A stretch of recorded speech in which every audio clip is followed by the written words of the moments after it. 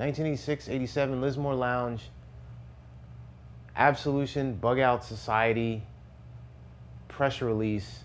And I remember Bug Out Society, for me, it was just fucking weird because it was like dudes throwing hamburgers and shit. They were throwing White Castle burgers, and I remember being like, yo, this is mad disrespectful. Like, we're in a basement and like these dudes are fucking throwing hamburgers. I was like, but they were wearing like hip hop shit. They had a song called Lees and Pumas, so they wore like Pumas, and they were kind of dressed hip hop. It was kind of like a weird semi kind of Beasties thing.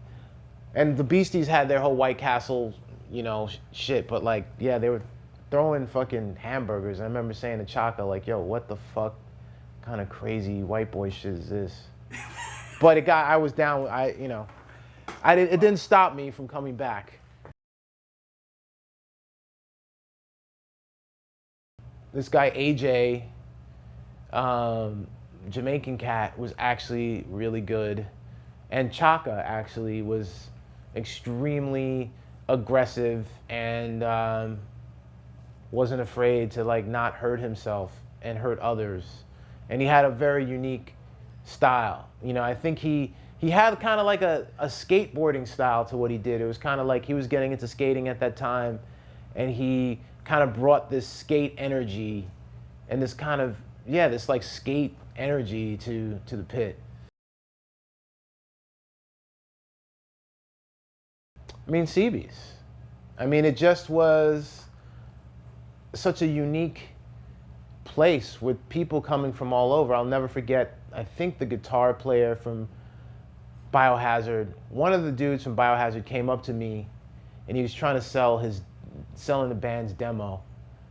And then I just was like, nah, no disrespect. And then he came up to me, he's like, yo, we're not racist. You know, I know we have that song, Howard Beach, but like, yo, you shouldn't feel like, you know. And I was like, yo, that has nothing to do with it, B. Like, I'm just good right now. Like, either I didn't have the bread or it wasn't, you know, it was no slight on Biohazard. It was just like, but where else would I have those kinds of conversations where a kid is trying to sell me his music? I mean, yeah, kids sell their fucking rap CDs on the street all day to like European fucking tourists, and that's a hustle. But this is a part of a scene.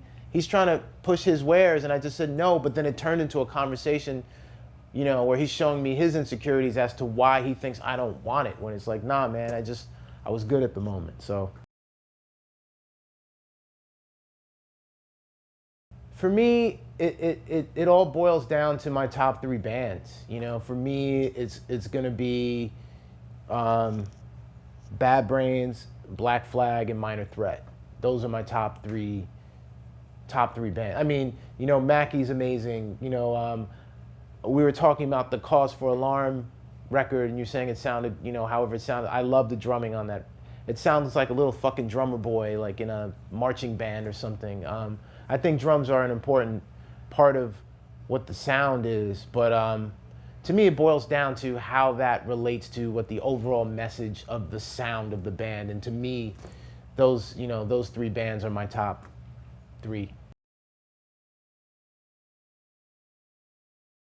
Yeah, I mean, you know, I went to junior high school with John Kelly from Urban Waste, and this is 1983. I didn't know what the fuck hardcore was. He actually knew about graffiti because he grew up with a couple of guys, like this guy Bam, who was a local writer he was from Ravenswood Projects. John would show me photos of CBGBs. So like, yeah, I'm in a band, Urban Waste, and he would draw the little UW. And so I connected with Urban Waste on some graffiti shit. I wasn't even up on their music until later when I connected with hardcore, and I was like, wait a minute, I know this guy. Like, to see like Urban Waste, Bad Brains, Urban Waste, Beastie Boys, Mob, or Bad Brains, Urban Waste, Agnostic Front, Victim in Pain era, Reagan Youth in their prime, that kind of shit. To me, that is the kind of hardcore, you know, Cause for Alarm, that kind of stuff to me is the hardcore that I like. I wasn't around for that. I was too young.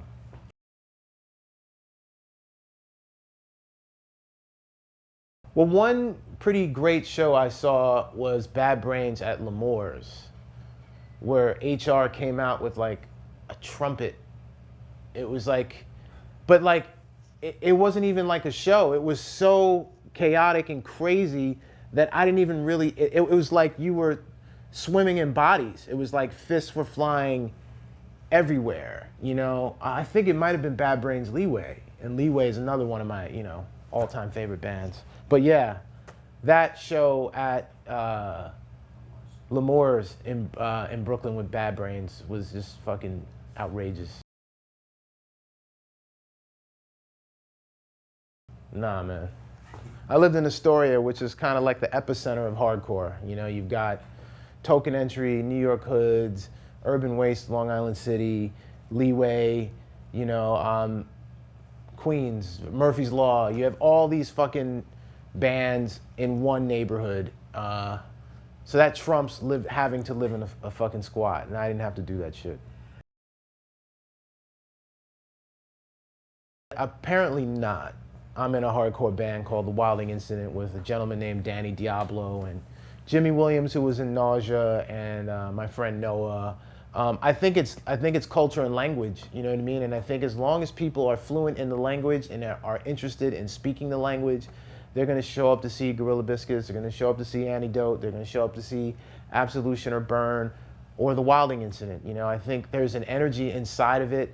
It might be dead to a certain extent as a grown man, like I'm not, you know, going to Vegetarian's Paradise with some straight edge kids from Connecticut in my, you know, in my old age. But are there kids who are doing that right now? Probably.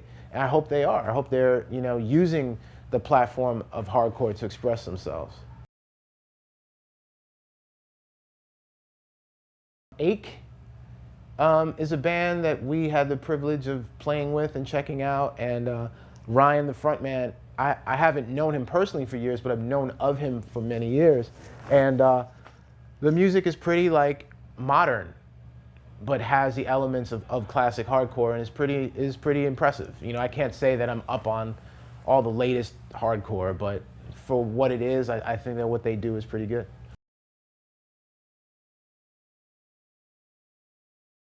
Don't be afraid. Keep doing it. Keep pushing. You know, you have the luxury of not giving a fuck for X amount of years. Don't give a fuck, but don't push the I don't give a fuck button too far to where you're fucked and you can't come back. So push it as far as you can. Don't give a fuck, but give a fuck just enough to where when you get punched in the face on the street, like you figure out like new ways to go with your life.